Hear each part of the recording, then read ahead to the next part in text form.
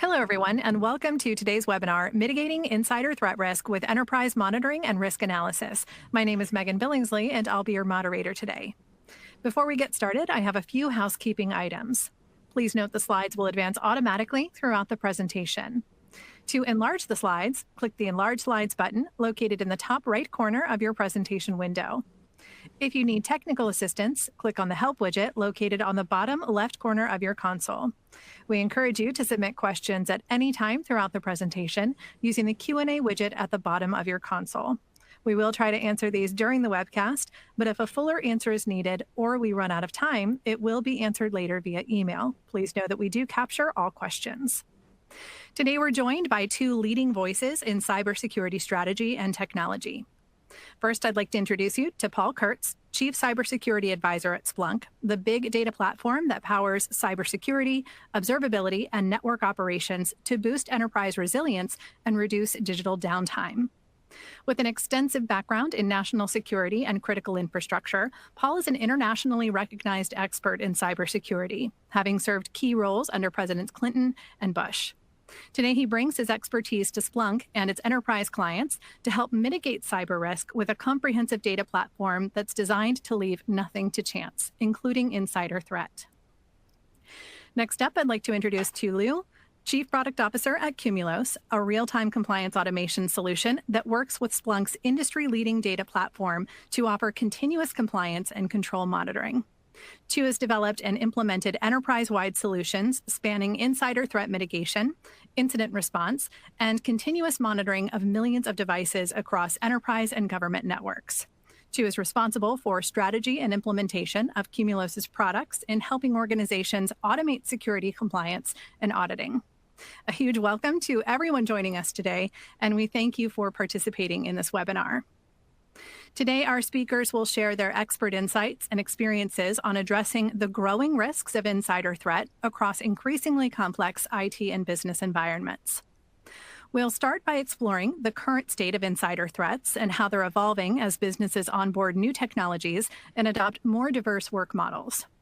Next, we'll talk about how layering on big data analytics can reduce monitoring and incident response complexity and complement your security awareness training programs.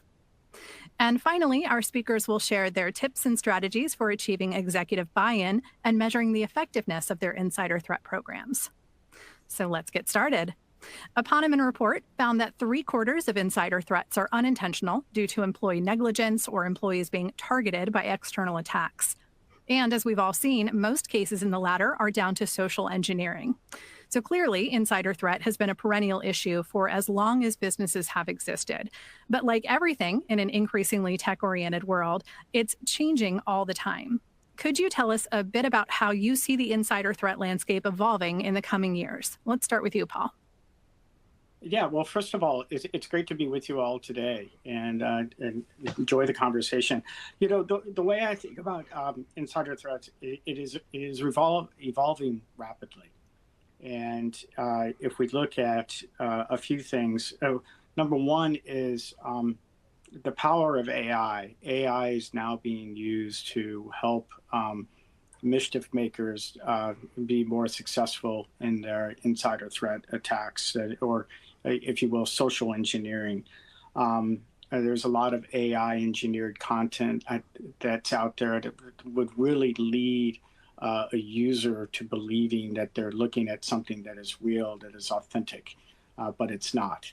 And so that is indeed a particular problem. The financial motives remain very strong. There's, obviously there's a desire to get into systems, but a lot of the attacks are financially motivated.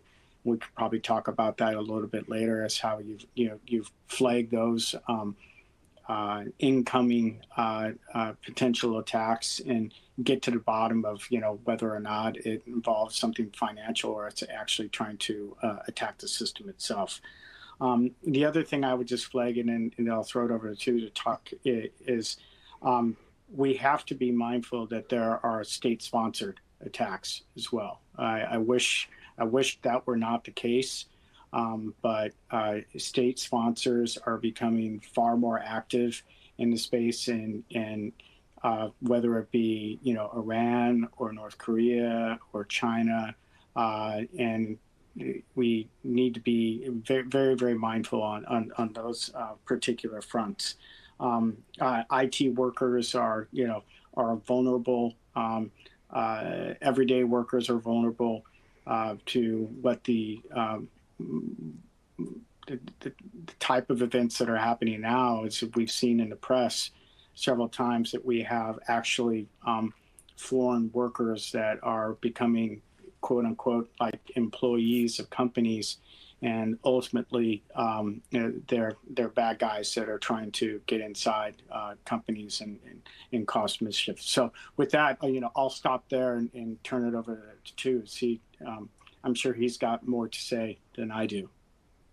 Yeah, those are really great points, Paul. Just to add on a bit on the threats from the AI front as well as state-sponsored threat actors. So on the AI front, the other piece I'm concerned about is the threat of data exfiltration, right? With all of these co-pilot sort of technologies that really do a lot to improve efficiencies of for example, developers.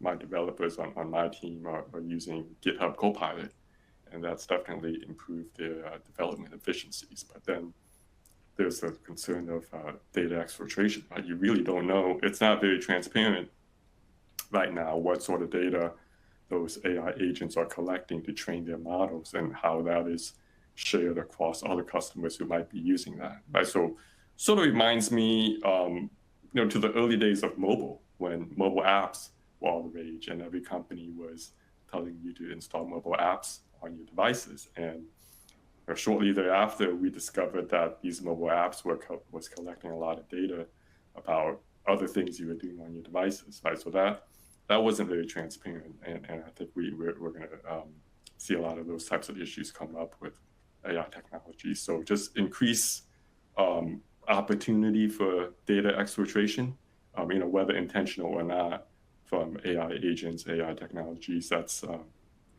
one area of concern. The other piece, that Paul mentioned, state-sponsored actors, just advanced persistent threats. So kind of an interesting take on that is a lot of those are using what's called, living off the land sort of technologies or approaches. So they appear as insiders, right? So they're gaining persistence on your networks and appearing as insiders. So they're actually, external threats, but because of the types of techniques that they're using, they appear as insiders. So I think sort of from that perspective, it makes insider threat detection, mitigation sort of technologies even more important, because a lot of your external adversaries are using techniques to make them appear as insiders. So those insider threat type solutions should be effective at detecting those attacks as well. Excellent. Thank you. So as I understand, a lot of this comes down to rising complexity in both enterprise technology systems and insider threat itself, which we've talked about. External attackers have more tools at their disposal to exploit insider threat, while greater tech complexity means employees have a lot more to think about when it comes to their part in protecting business assets. So with that being said, could you share some of your best practices for mitigating these risks proactively? Yeah, I think there are a few items that come to mind, and some of them are well known and established, and we can drill down a little bit on each if we like. One is the basics. Zero trust architecture is really important. So it's zero trust has been around for a good long time now. And it's simply vital to maintaining security. You have to have zero trust architecture in place. The second point that I've referred to earlier with the first question was enhanced training and awareness exercises for the team. That is vital to have continuing education programs. At Splunk, we periodically have faux phishing attacks, so to speak, where we get an email that looks like it's legitimate, but it's not. We get a little bit of advance notice that something like that might be coming down, but we don't necessarily know the email that's coming at us. That is really, really helpful to keep people on their toes. The third piece is, once again, a basic, is identity and access management. And making sure you have a very strong IAM program in place and having robust capabilities there.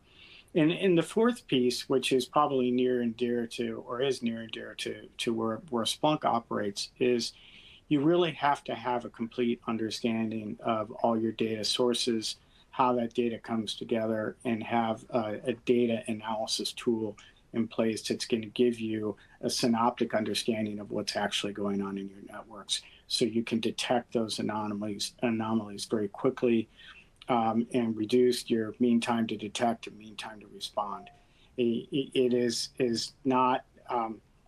It's in the absence of having comprehensive data analytics capability, it becomes a game of whack-a-mole.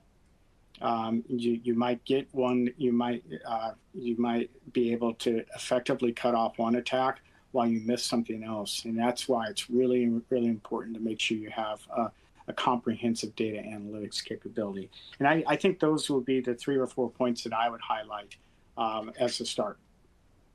Yeah, really great points, Paul, especially the point around zero trust technologies. Right? I think just going back to the first question, what are some changes in the technology landscape leading to the rise of insider threat concerns? I think one thing we didn't mention, but what led to the rise of zero trust technologies and architectures, right, is that erosion of the network perimeter. Everything's moving to SaaS cloud-based solutions. So that's, again, kind of more opportunity for data loss, right? Data exfiltration. So I think one of the results of that is the zero trust approach to securing and locking things down. So a great point there. Just to the overall question, what I would recommend for how organizations can begin to combat insider threats, I would say starting with the fundamentals, right? And specifically what I mean by that, so making sure you understand you're auditing what your users and systems and networks are doing in your corporate environments, right? And there's a really good standard out there that came out from the U.S. intelligence community, and this stemmed from the WikiLeaks incident, probably 13, 14 years ago now, probably one of the most high-profile insider threat incidents in the history of the United States, right? So shortly after that, there was some executive orders that came out instructing agencies on things they need to do to better protect their networks and information, classified information, and so forth, right? And there was a lot of good work, technical standards that came out from that executive order. One called the ICS 500-27, Intelligence Community Standard 500-27. Right? So that is a very prescriptive standard on things that you need to be logging or auditing on your networks around user and system activity, things like authentication activity, failed authentications, successful authentications, privileged access, data movement, credential management, use of privileged processes, changes to configurations and so forth. Right? So super comprehensive, but really forms a great foundation for starting to build your insider threat programs. And then tying this to capabilities of Splunk, that's what Splunk is great at, right? Is the ability to collect, ingest this data, normalize it, and then building analytics on top of it. And that's why we're so happy to be a Splunk partner. It provides really the underlying capabilities for us to build sort of the foundational layers from which then we can build some pretty advanced analytics to detect insider threats. So yeah, my first recommendation for organizations is to start with the foundational piece. Make sure you're auditing the right types of things on your systems and networks, and go look at the standard if you're not familiar with it.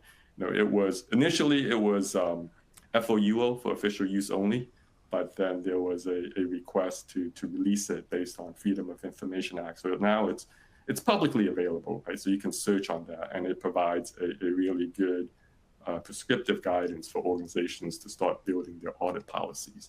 And then from there, that's when you can layer on top the more advanced analytics, machine learning models, and so forth. But I would start with that, just start with the fundamentals. Excellent, thank you. So ultimately, it comes down to being able to collect data from heterogeneous environments, normalizing that data into common formats, and then building an insider threat mitigation program equipped with real-time analytics on top of that. And of course, that all makes sense to security leaders, but as we're aware, there's often a divide in how security leaders think compared to how executives think. So with that being said, could you tell us how to gain executive buy-in, as well as measure the success of our insider threat programs? Yeah, with regard to executive buy-in, I think it's coming to the executive with real life scenarios of how adversaries are either penetrating systems, or in this case, more directly, seeking to take advantage of employees, whether they be in the federal workforce or in the private sector. Coming with those real scenarios so that the executives have it's not an abstract understanding, it's a real understanding of the type of consequences that can come from not having a serious insider threat program. It's not enough to, if you will, be focused, if you will, externally only. And what might be out there, you have to have a firm understanding of what's happening inside the enterprise, and how insiders, your own employees, might be being taken advantage of, or as we talked about earlier in the conversation, that you might have hired someone who is taking advantage of the organization in one way, shape, or form. I think exercises prove to be really helpful. Tabletop exercises, which I'd be more specific about. So in other words, it's not necessarily enough to just have, if you will, the staff involved, but you have to involve executives in tabletop-like exercises to answer those what-if questions. What are we going to do if this type of situation pops within an organization? Really incredible to make sure you have the executives involved wherever possible, so they're conscious of how to problem it. And to be direct, often the executives are the target by outsiders trying to get in and try to understand and trying to breach the system. So I don't know. I'll close on that one for this question. Yeah, really great points, Paul. On the first part of that question, gaining executive buy-in, if you're doing business with the federal government, you have to have an insider threat program, right? So that if you don't have that established, you're not going to be able to get the contracts, to do the work. So that should be incentive enough for those companies that are doing business with the federal government, both civilian agencies, DoD agencies, intel agencies. So there are contractual requirements to have those capabilities in place. Secondly, for those companies that aren't doing business with the federal government, as Paul said, having concrete examples to illustrate the impact of not having proper insider threat type capabilities. That I think will drive it home, right? No company or executive wants to be in the news because they're the latest insider threat incident that occurred, right? And then with the rise of whistleblowers, like sort of vigilante justice. Not to pass judgment on whether those things are right or wrong, but there's an increasing desire for whistleblower type activities, right? And that can have a huge impact, both financially and on the reputation of the company. So that's another reason for why executives need to be concerned about really having a well-established insider threat program. On the second part of that question, what sort of indicators, metrics, ways to measure or assess the effectiveness of your insider threat program once you do have that executive buy-in to establish that? You can sort of look at pre and post incident type of metrics, right? So once an insider threat incident occurs, then it's an incident. So you have a lot of the traditional incident response type of metrics that you can look at to assess the effectiveness of your program.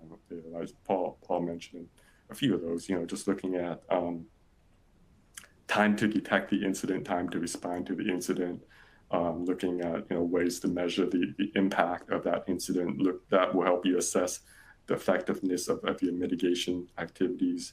Time to recover. That will help you assess, do you have the proper recovery processes in place to get back to the operational state? So that's sort of, post insider threat incident, what sort of metrics you can look at. Pre-incident, hopefully you don't have an insider threat incident, but you still want to assess if you're doing the right things to prevent or mitigate an actual incident, right? So then you can be looking at, so it's sort of stepping back a bit, establishing an insider threat program. There are many facets to it, right? So we've talked about technology quite a bit. So that's certainly one piece of it, but there are also kind of policies and procedures, right? So the procedural aspect. So, the things you can be looking at from the procedural aspect to look at. So you can be collecting the logs, but then you need people to also be reviewing those things, right? Alerts that are detected, are they getting reviewed in a timely manner, right? So sort of some procedural metrics that you could measure there. And then more on the technical side, we talked about the types of events that you should be auditing. Then there's some technical indicators or metrics you can collect. What percentage of your assets are reporting that information, right? Do you have good coverage of all of the systems and assets on your network to begin with? And then drilling down sort of further into an individual asset, is it collecting all of the right logs? So that really deep sort of technical metrics of, are you auditing the right things? Are you getting good coverage of your auditing? And then you need all of that to build kind of your higher level analytics, AI models that leverage that data, right? So garbage in, garbage out. If you're not collecting the good comprehensive data in the first place, then your higher level analytics aren't going to be effective. So there are some technical metrics you can be collecting, looking at there. So I saw that Paul raised his hand and maybe had a comment to add or chime in on that. So please, Paul. No, I think it makes great sense what you've offered. I think that ultimately the insider threat problem is it can sound like a very negative thing, like you have an untrustworthy person inside of an enterprise, but it not. It can be that, but it's not just that. And if you will, it's the unknowing user that is sucked into one ploy or another type of ploy by an actor that in effect converts you to an insider threat. And so there's a gray area between the external actor and an inside threat. An insider threat is basically an external, in large part, an external actor taking advantage of an employee and using that as a means to gain greater access inside the enterprise. So these things, there's if you will, it's a continuum. So it's important to think, when you adopt your security strategy, that you start to think through data analytics, you think through user behavior analytics, and things like risk-based alerting, which we can talk about a little bit later if you like. Yeah, that's a really good point. I'm sure a large percentage of the insider threat type scenarios are unintentional, right? Due to social engineering or perhaps even just incompetence on some employees' part. So the training piece that you mentioned earlier is super critical, and there are a lot of different types of training metrics you can be collecting. And Paul, you mentioned some of those, different simulation exercises and collecting metrics on how many people fall for phishing exercises. So those are other good ways to measure and assess how effective insider threat programs are. Excellent. Well, thank you both for sharing your insights. That brings us to the end of our main discussion. But in the time that we have left, I would like to take some questions from the audience. So I've got one here that says, what are some of the key characteristics we should look for when shopping around for an insider threat solution? I guess I'll go first. I think we talked a little bit about this already, and that is making sure you are procuring a solution that can ingest lots of diverse types of data and assimilate it in real time. And to build on top of that, in other words, you can take in the data, but then you have to have the capability on top of that, so you can identify aberrant or abnormal behavior and pick that up quickly. And that's where tools like user behavior analytics become really important, or risk-based alerting. So you have in a case of RBA, risk-based alerting, where your data analytics capability is giving you insight that there's something going on that should not necessarily be going on, involving, say, for example, a particular user. And the user, like I said earlier, could be an unknowing user that is not necessarily aware that they're involved in a breach or some mischievous activity in some way. And I'll throw it over to you too, because I'm sure you can add more color. Yeah, great points. Going back to what I said at the beginning, starting with the fundamentals, right? And Paul touched on this already, but just to add a little more color, that data collection piece, I think is super critical, right? As I mentioned, I'll mention it again. The ICS 500-27 standard. If you're trying to come up with a prescriptive, comprehensive auditing standard, take a look at that, right? And looking at that and the types of events that are recommended for auditing, it cuts across a lot of different technologies and platforms, right? So having the capability to collect that data across a heterogeneous environment, whether in the cloud, on-prem, third-party SaaS tools, you need to collect data from all of that, right? And then the ability to normalize all of that data into common formats from which you can then use to train your AI ML models, from which you build higher level analytics, alerts, risk-based scoring, and so forth, right? So I would start with that foundational layer. You need to be auditing all of these types of events. What are the capabilities in the platform that allow you to collect that data, transform it, normalize it, cleanse it, and then the higher level analytics models on top of that, good alerting detection capabilities. And there are going to be false positives, right? Technology is good, but it's not perfect, right? So you need some capabilities to triage those alerts and identify the real findings versus the false positives, and then a way to basically feed that back into your models, right? To train them better, if you will, based on what you've marked as false positives. So good alert detection, triaging capabilities, and then a good workflow to respond to actual incidents or actual insider threat things that are discovered, right? So you can respond to them, take them to closure, and recover from them. So that's kind of what I would recommend as far as the high level capabilities you should be looking for when looking for an insider threat solution. Excellent, thank you. Our next question asks, how can we effectively train employees to counter the risks of unintentional insider threat? Yeah, I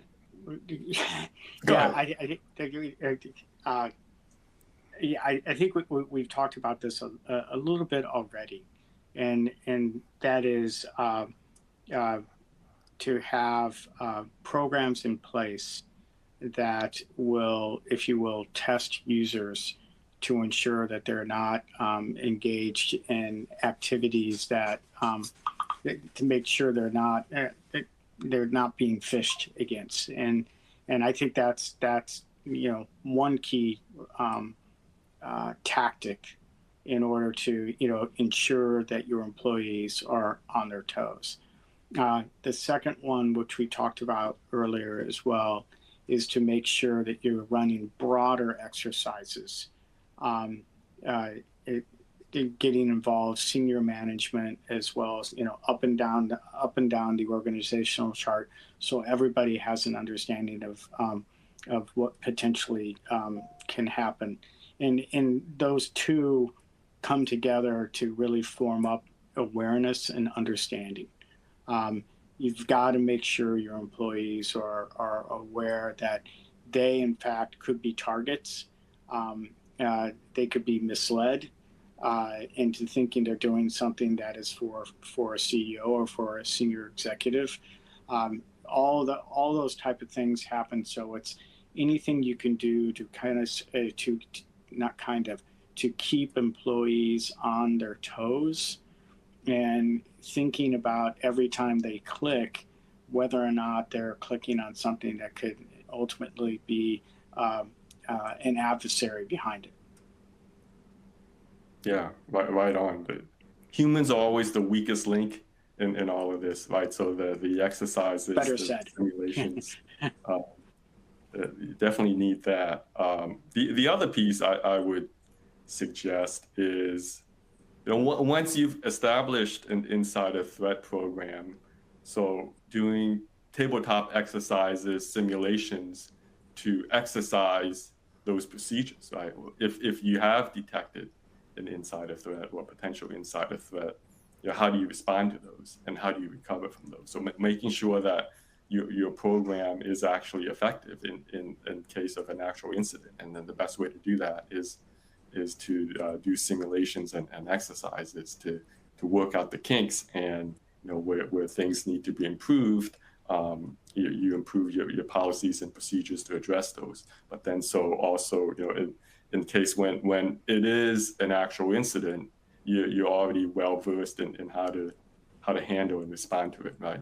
Rather than trying to sort of learn on the fly. It's one thing to have policies and procedures documented, and another thing to actually know how to follow them in an actual situation, right? So no better way than some actual exercises to not only test that out, but to also actually familiarize yourself with those policies and procedures. So that's the other piece I would add. Excellent, thank you. I think we've got time for one more question. So how do you balance employee privacy with insider threat mitigation? Should your employees know their activities are being monitored? I'll jump in right away, and I think we can be very, very short. I think it's really important that employers are very direct to their employees that user behavior is monitored. It's not as though that it's trying to be Big Brother, so to speak. It is really for their protection. When a new employee comes on board, they should be told that their behavior online will be monitored, and it's being monitored to ensure the overall security of the organization. It's not to say that you are an untrustworthy person. you're a bad person. It's basically there to ensure that you're protecting the employee and the whole organization at the end of the day. Yeah, 100% agree with Paul on that point. Just full disclosure to employees that anything and everything they're doing on company assets is being audited and monitored. So that's the one piece of it. And the other piece I'll add is, I think it's important to have discretion. Going back to my point earlier about false positives, right? So, when you detect or suspect an insider threat event or activity, doing it in a way that also just protects the employee, because a lot of times there are false positives, right? You don't want to ruin the employee's reputation because you detect an insider threat or suspect an insider threat incident, and only to find out that, oh, it was a false positive was detected by the platform, and now that's going to impact both employees' ability to perform their duties within the company, and perhaps even worse, the reputation within industry. So when you do detect potential insider threats, having an approach to investigate that while still kind of protecting the privacy of that employee until the investigation is completed and you can come to a conclusion on that.